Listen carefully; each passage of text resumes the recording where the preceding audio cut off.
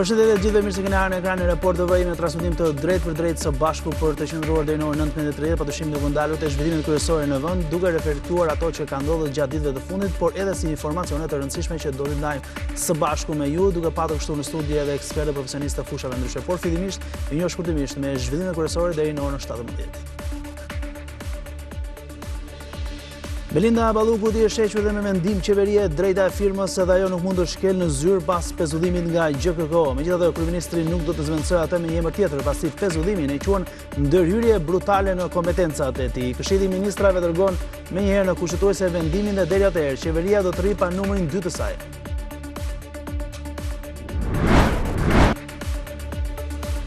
Belinda Balluku mund të përsërisë veprën penale për të cilën tashmë është e pandehur dhe të prish edhe provat. Si rrjedhoi nuk mund të qëndrojë në detyrë. Me këto argument, GKK vendosi pezullimin nga detyra për zëvendës kryeministren. Report TV mësoi se bashkë me masat e sigurisë GKK konfirmoi dhe 28 leje për kontrolle personale, banesash, dokumentesh, laptop dhe celularësh për çështjen Balluku. Nesër në orën 9 pritet që Balluku të dalë para gjykatës për verifikimin e masës.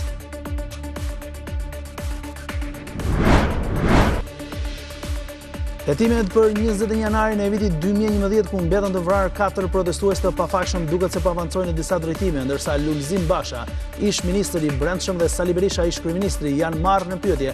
SPAK ka kërkuar të kenë në dispozicion të gjithë dokumentacionin e klasifikuar të Komisionit Hetimor Parlamentar të ngritur në ato kohë nga demokratët, menjëherë pas ngjarjes.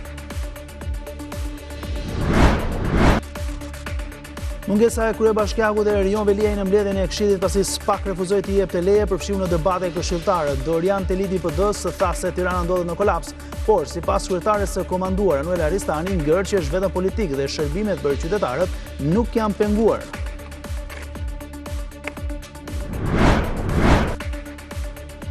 Në fshatin në Progrër të Devollit prej disa orësh vijojnë kërkimet për të gjetur të moshuarën e cila dyshohet se është mbytur në përrojnë e fshatit. 10 banesa u përmbytur në Korç, Pogra, Dece e Maliq. Pamjet me dronë sjedhin për masat masive të përmbytjes së tokave dhe banesave në Sarandë dhe në Lezhë, në fshatin në Rilë, banorë lëvizin në Gomone, dëm edhe në Vlorë, Fier dhe Gjirokastër.